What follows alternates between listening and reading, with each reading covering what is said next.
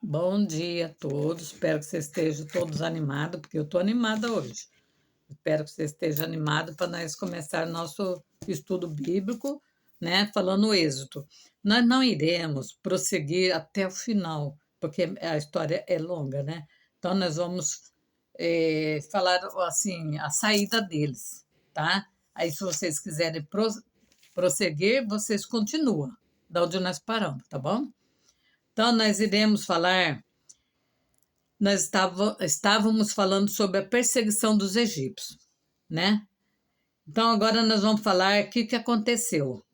Que nessa perseguição, os egípcios encontraram eles perto do Mar Vermelho, né? Aí nós vamos falar agora que o anjo do Senhor, que ia à frente do exército de Israel, retirou-se e colocando-se atrás deles. A coluna de nuvem também saiu da frente deles e se pôs atrás, entre os egípcios e os israelitas.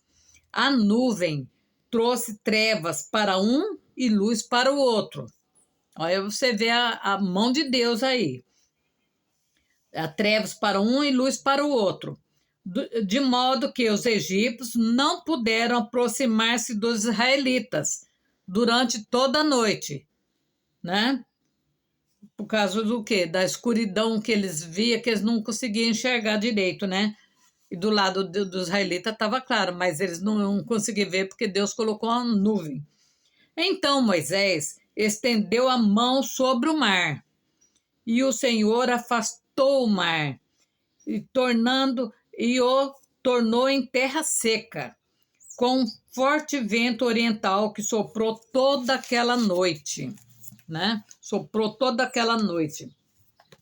As águas se dividiram e os israelitas atravessaram pelo meio do mar em terra seca, tendo uma parede de água à direita e outra à esquerda. Os egípcios os perseguiram. Se eles fizeram isso, eles falaram, nós também podemos fazer, né? Então os egípcios os perseguiram, e todos os cavalos, carros de guerra, cavaleiros do faraó foram atrás deles até o meio do mar. No fim da madrugada, do alto da coluna de fogo e de nuvem, o Senhor viu o exército dos egípcios e o pôs em confusão. Fez com que as rodas dos seus cavalos começassem a soltar-se, de forma que tinham dificuldades em conduzi-lo. E os egípcios gritaram: vamos fugir dos israelitas. O Senhor está lutando por eles contra o Egito. Você vê que até ele já sabia que Deus estava no meio dos israelitas. Mas o Senhor disse a Moisés: estenda a mão sobre o mar para que as águas voltem sobre os egípcios, sobre os seus cavalos de guerra e sobre os seus cavaleiros. Moisés obedeceu a Deus, estendeu a mão sobre o mar, e ao raiar do dia, o mar voltou ao seu lugar. Quando os egípcios estavam fugindo, foram de encontro às águas, e o Senhor os lançou ao mar. As águas voltaram e encobriram seus carros de guerra, seus cavaleiros, todo o exército do faraó que havia perseguido os israelitas. A mar adentro, ninguém sobreviveu para contar a história.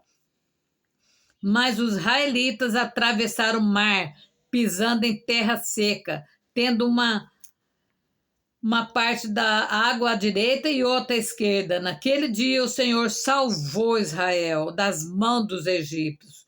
E os israelitas viram os egípcios mortos na praia. Israel viu o grande poder de Deus, né, do Senhor contra os egípcios. Temeu o Senhor e pôs-se nele a sua confiança, como também em Moisés, o seu servo. Então, você viu que Deus fez, né? Deus fez um grande milagre na vida dele, né?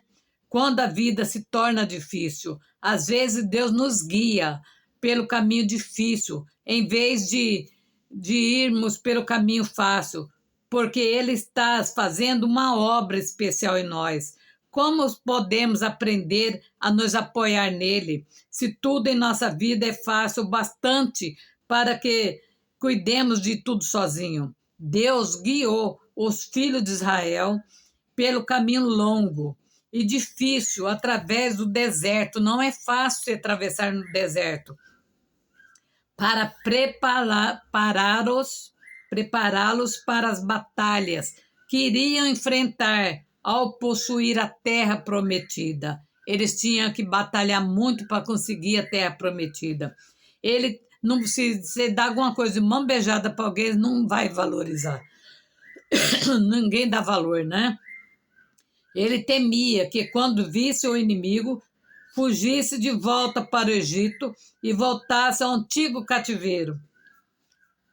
Deus queria mostrar quem ele era e ensinar que podiam depender dele para lutar as suas batalhas. Muitos de nós pensamos que, após entrarmos na terra prometida, não temos que batalhar mais, fazer mais nada, nós já conseguimos mesmo, né? Não é verdade. Depois que os israelitas atravessaram o Rio Jordão e entraram para tomar posse da terra da promessa, eles tiveram de lutar uma batalha após a outra. Mas à medida que eles iam aprendendo, Deus ia refinando eles a lutar na força de Deus e sob a direção dele, eles venciam a sua batalha. Se você sabe que Deus lhe pediu para fazer algo, não recue, só porque está ficando difícil. Quando as coisas ficarem difíceis, passe mais tempo com Ele, dependa mais dele e receba mais da sua graça. Entenda que a graça vem da onde? Vem até você gratuitamente através da graça de Deus e o poder de Deus operando em você e através de você para fazer aquilo que você não podia fazer sozinho. Enquanto enfrenta os desafios em sua vida, cuidado com os pensamentos que dizes: não posso fazer isso, é difícil demais para mim, né? Não permita que a sua mente desista. Satanás sabe que, se puder derrotar você na mente, poderá derrotá-lo na prática. Por isso é tão importante não desanimar e não se cansar ou enfraquecer. Você pode ter certeza de que, para onde quer que Deus o leve, Ele é capaz de sustentá-lo. Ele nunca permitirá que venha sobre você mais do que possa suportar. Isso está em 1 Coríntios 10, 13. Você não precisa viver uma luta constante se aprender a depender continuadamente dele para lhe dar a força que você precisa. Como os israelitas fizeram, eles confiaram em Deus, né? E Deus os ajudou a sair dessa escravidão de 430 anos. E ainda levaram os ossos de José com eles. Se você está numa batalha que você não acha que vai sair dela nunca, não desista. Continue orando, clamando. Busque mais a Deus. Se você não tem tempo de orar a Deus nos seus horários normais, ore na madrugada. Eu oro na madrugada. E eu creio que vocês também podem fazer o mesmo, né? Eu levanto todo dia, 4 horas da manhã, oro todo dia às 4 horas da manhã. Então, vocês também podem fazer isso. Não mata ninguém. Pode ter certeza disso. Então, nós vamos ver agora o que é o reino da justiça de Deus na nossa vida. Está em Isaías 32, tá? Nós vamos fazer essa pequena... Para mim, é como se fosse uma oração. Vede, o rei governará com justiça, os dirigentes dentro do direito. Cada um será abrigo contra o vento, ou teto a proteger da chuva, igual ao córrego no chão seco, ou sombra de uma rocha no deserto. Os olhos do que enxergam já não serão cobertos, não serão tampados os ouvidos dos que escutam. A cabeça dos confusos buscará ideias claras. Buscará ideias claras, vocês estão vendo, né? E a língua dos gagos esperta falará com perfeição. Deus pode mudar tudo. Ninguém mais vai chamar de nobre ou corrupto. Corrupto não deve ser chamado de nobre nem de excelência. Ele é um corrupto. Está na Bíblia, não é eu que estou inventando. Nem ao ladrão de excelência. Para que você vai chamar um ladrão de excelência? Pois o corrupto só fala de corrupção. Sua cabeça só produz o quê? Perversidade, praticando monstruosidade e dizendo disparates contra o Senhor, porque ele se acha acima de Deus. Deixa o faminto sem comer e sem beber, e o que está com sede. São terríveis as manobras dos patife. Só planeja impostura para aniquilar os humildes com discursos mentirosos. Eles são muito bons no discurso. E discurso o quê? Mentiroso, para ludibriar, para enganar e para roubar e mentir. Mesmo quando o pobre só reclama seus direitos, aquele que é nobre realmente só planeja coisas nobres, só se ergue por gestos nobres. Então, olha aqui, ó, gente. Esse reino da justiça aqui é poderoso, né? Fala tudo. Tá Isaías 32. E tem gente que fala que a Bíblia não fala nada de política, a Bíblia não nada disso, gente. Fala e fala muito. Só não vê quem não quer, e quem não quer ter conhecimento da verdade. Prefere ficar na mentira, tá? Ludibriar, mentir, enganar. Não pensa que dentro da igreja, em cima do púlpito, tem só gente santo também não, viu? Tem muita gente que está lá só para enganar e ludibriar. Então a gente tem que ter o quê? Discernimento de Deus. Tem que orar, pedir para Deus nos livrar dos malfeitores, né? Daquele que quer roubar o pouco que você tem. Vamos orar a Deus e vamos pedir hoje para Deus fazer justiça na nossa vida, tá? Que Deus nos liberta dos faraó da vida. Vamos colocar, você fala o seu nome, eu vou falar meu nome, vocês falam o seu, eu, Tereza, me coloco nessa manhã na brecha da intercessão.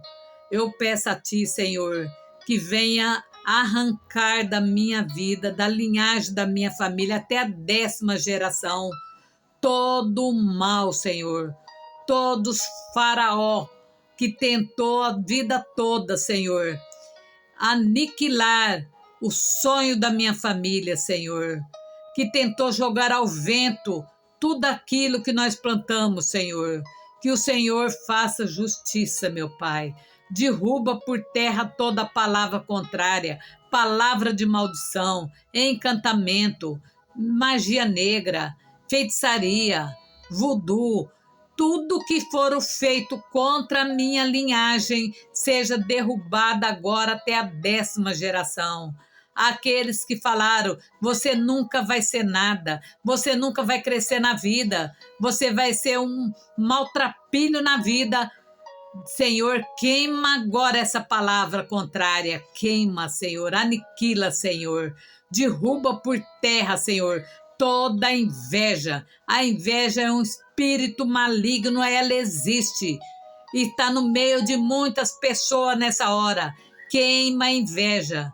Queima todas as palavras contrárias, palavra de maldição, tudo que faz com que tudo nessa casa queima, desde a lâmpada até o eletrodoméstico, seja aniquilado esse espírito imundo, espírito de pobreza, de miséria, sai dessa família, espírito que pega todo o salário dessa pessoa e faz com que ela gaste tudo na farmácia ou no carro, sai agora. Liberta essa família, liberta todos aqueles que estão clamando, orando comigo, liberta nossa família de toda escravidão, Senhor, toda escravidão, Senhor, de todas as formas possível e imaginável.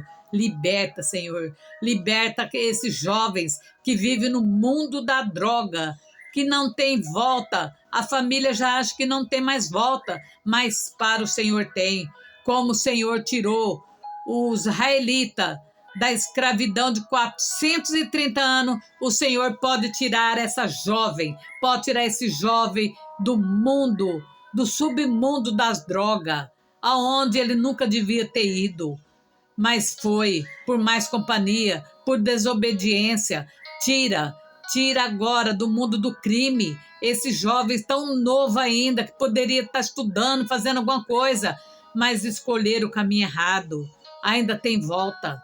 Para Deus tem volta, tudo tem volta. Senhor, vai abençoando, meu Pai, os pequenos empresários, os grandes empresários.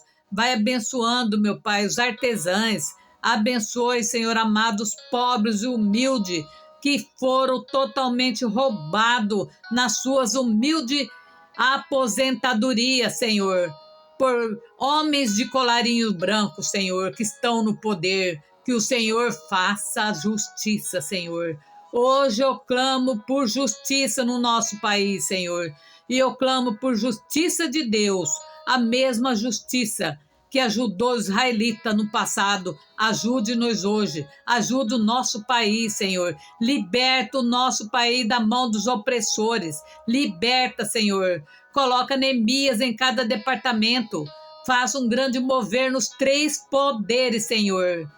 Eu entrego a chave dos 3 poderes na sua mão. Que a justiça de Deus recaia sobre todos. Em nome de Jesus, liberta o nosso povo, liberta a nossa nação, liberta que estão oprimidos, liberta os que estão perseguidos, liberta, Senhor. Hoje eu oro pela libertação. Chega de escravidão, chega. Que Deus dê paz e harmonia no nosso país. Eu agradeço, no nome de Jesus. Amém. Amém. Muito obrigado. E até a próxima, se Deus quiser. Fique com Deus. Vamos continuar orando, vamos continuar clamando, tá? Se vocês gostaram, vocês continuam a orar, tá? E a clamar por justiça de Deus, que Deus é maior, viu, gente? Deus é maior. Então, vocês continuam lendo a Bíblia para saber a história toda do Êxodo, né? Da saída dos israelitas do Egito. É muito bonito, muito interessante. Se a gente fosse falar tudo, eu acho que demoraria uns 3 meses por aí, né? Mas eu sei que o tempo é curto, todo mundo tem que trabalhar, fazer seu serviço, mas agradeço pela confiança, por tudo que vocês têm me ajudado até agora, tá? Obrigado. E até a próxima, se Deus nos permitir. Amém.